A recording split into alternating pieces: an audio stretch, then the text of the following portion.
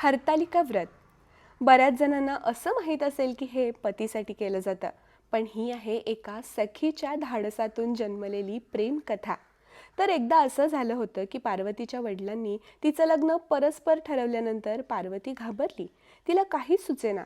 तेव्हा तिच्या मदतीसाठी तिची सखी पुढे सरसावून पार्वतीला घेऊन जंगलात गेली आणि तिला जगापासून लपवलं.